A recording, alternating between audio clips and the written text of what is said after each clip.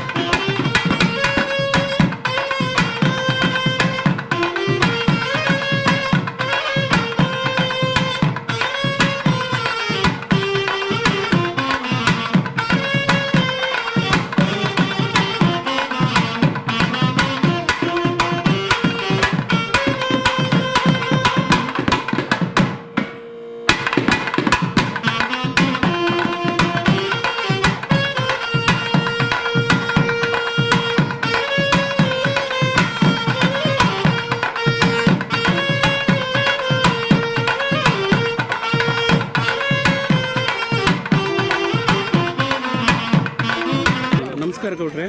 ನಮಸ್ತೆ. ಇವತ್ತು ಶ್ರೀಪತಿಹಳ್ಳಿ ದೇವರಹಟ್ಟಿ ಲಕ್ಷ್ಮೀನರಸಿಂಹಸ್ವಾಮಿಯನ್ನು ಕೆಂಪೇಗೌಡರ ತಾಯಿ ಕೆಂಪಮ್ಮನ ಹೆಸರಿನಲ್ಲಿ ನಿರ್ಮಾಣ ಆಗಿರ್ತಕ್ಕಂಥ ಕೆಂಪಸಾಗರದ ಹೊಳೆಯಲ್ಲಿ ಹೊಳೆ ಉತ್ಸವ ಮಾಡಿದಿರಿ. ಏನು ಉದ್ದೇಶ ಇಟ್ಕೊಂಡು ಮಾಡಿದಿರಿ? ಸ್ವಾಮಿ, ನಾನು ಕುಮಾರ್ ಅಂತ ಹೇಳಿ ಬಾಳೆನಹಳ್ಳಿ ಮಾಗಡಿ ತಾಲೂಕು. ನಮ್ಮದು ಒಂದು 3 ವರ್ಷದ ಹಿಂದೆ ಒಂದು ಹರಕೆ ಇತ್ತು. ಈ ಹೊಳೆ ಉತ್ಸವ ಮಾಡಬೇಕು, ನಮಗೆ ನನ್ನ ಮಗಳಿನ ವಿಚಾರವಾಗಿ ನಾನು ಹರಕೆ ಮಾಡ್ಕೊಂಡಿದ್ದೆ. ಒಳ್ಳೆಯದಾದರೆ ನಾನು ನಿನಗೆ ಈ ಇದು ಹೊಳೆ ಉತ್ಸವನ ಮಾಡ್ತೀನಿ ಅಂತ ನಾನು ಹೇಳಿದೆ. ಅದೇ ರೀತಿ ನಮಗೆ ದಾರಿ ಒಳ್ಳೆಯದಾದ್ದರಿಂದ ಈ ಉತ್ಸವನ ಮಾಡೋಕ್ಕೆ ಇವತ್ತು ಏರ್ಪಾಡು ಮಾಡಿದ್ವಿ. ಏನು ವಿಶೇಷತೆ ಈ ಹೊಳೆ ಉತ್ಸವದಲ್ಲಿ? ಹೊಳೆ ಉತ್ಸವ ಅಂತ ಅಂದರೆ ಈಗ ಲಕ್ಷ್ಮೀನರಸಿಂಹಸ್ವಾಮಿ ದೇವ್ರನ್ನ ಎಲ್ಲೂ ಕೂಡ ನಾವು ಕರ್ಕೊಂಡು ಹೋಗ್ಲಿಕ್ಕೆ ಆಗೋದಿಲ್ಲ. ಎಲ್ಲ ದೇವ್ರುಗಳು ಕರ್ಕೊಂಡು ಹೋದಂಗೆ ನಾವು ಮನೆಗಳಿಗೆ ಕರ್ಕೊಂಡು ಹೋಗ್ಲಿಕ್ಕೆ ಆಗೋದಿಲ್ಲ. ಇದು ಏನಂತ ಅಂದರೆ ಇದು ಹೊಲಮಾಳುಗಳಲ್ಲಿ ಹೊಲದಲ್ಲಿ ಊರು ಬಿಟ್ಟು ಆಚೆ ಬರೋದರಿಂದ ಮತ್ತು ಇಲ್ಲಿ ಶ್ರೇಷ್ಠವಾದ ಗಂಗೆ ತಾಯಿ ಇರೋದರಿಂದ ಈ ಜಾಗದಲ್ಲಿ ಒಂದು ಶ್ರೇಷ್ಠತೆ ಇರೋದರಿಂದ ನಾವು ಇದೇ ಜಾಗದಿಂದ ಕರ್ಕೊಂಡು ನಾವು ದೇವಸ್ಥಾನದವರೆಗೂ ನಾವು ಉತ್ಸವ ಮಾಡ್ಕೊಂಡು ಹೋಗಬೇಕು ಅಂತ ನಾವು. ತಂದೆ ತಾಯಿ ಹೆಸರು ಹೇಳಿ. ತಂದೆ ಒಂದು ಲಕ್ಷ್ಮೀನರಸಿಂಹಯ್ಯ, ತಾಯಿ ನಿಂಗಮ್ಮ, ಇಬ್ಬರು ತೀರೋಗಿದ್ದಾರೆ. ನಮ್ಮಣ್ಣ ಬಾಳೆನಹಳ್ಳಿ ಗ್ರಾಮದಲ್ಲಿ ಶಂಕರಪ್ಪ ಮತ್ತು ಮಕ್ಕಳು. ನಾವು ಕೂಡ ಇಡೀ ಕುಟುಂಬದವರೆಲ್ಲ ಸೇರಿ ಎಲ್ಲ ಲೋಕ ಕಲ್ಯಾಣಾರ್ಥ ಹೊಳೆ ಪೂಜೆಯನ್ನು ಮಾಡ್ತಾಯಿದ್ವಿ.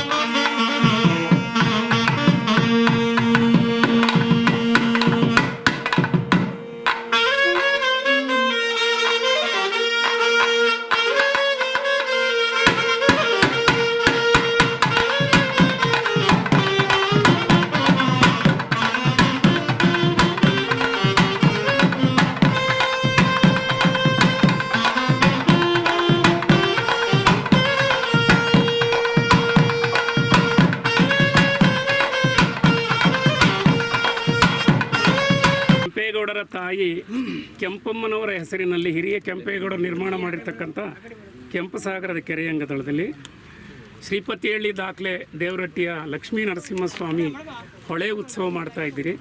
ಈ ಹೊಳೆ ಉತ್ಸವದ ಉದ್ದೇಶ ಏನು ಮಾತಾಡಿ.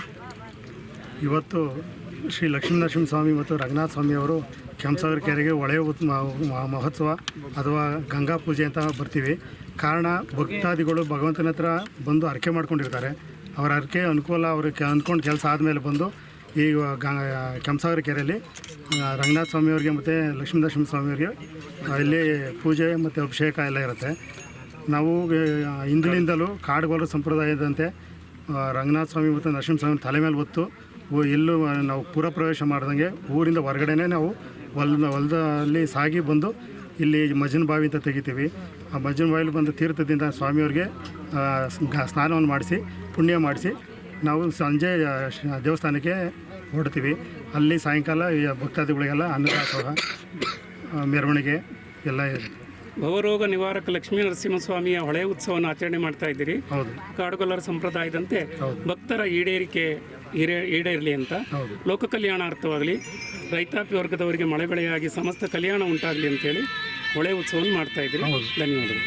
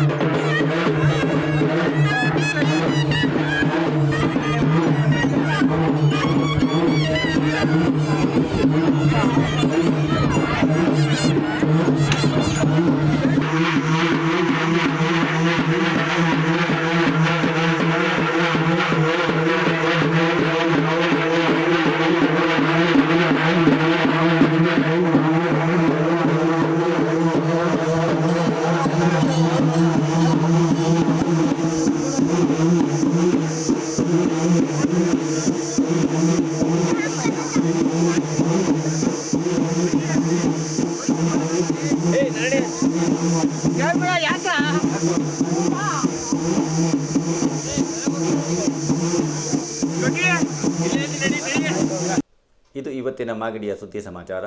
ನಿರಂತರ ಸುದ್ದಿ ಸಮಾಚಾರಕ್ಕೆ ವೀಕ್ಷಿಸಿ ನಿಮ್ಮ GTV ನ್ಯೂಸ್ ಕನ್ನಡವನ್ನು. ವಂದನೆಗಳು.